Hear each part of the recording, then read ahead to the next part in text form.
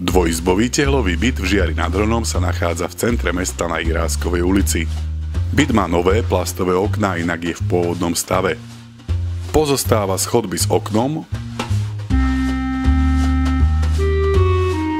obývacej miestnosti, kuchyne,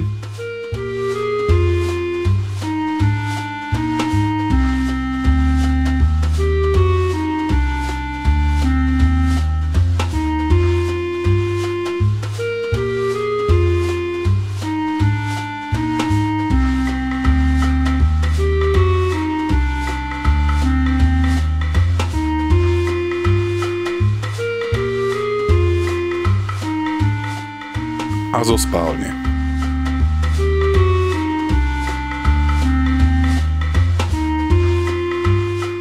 Byt má samozrejme aj kúpeľňu s vaňou, umývadlom a liatinovým radiátorom,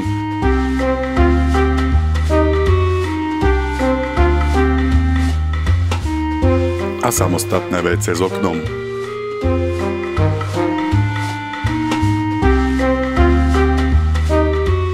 Bytový dom je po kompletnej rekonštrukcii, je zateplený, má novú fasádu, strechu, stupačky a zrekonštruovaný vchod.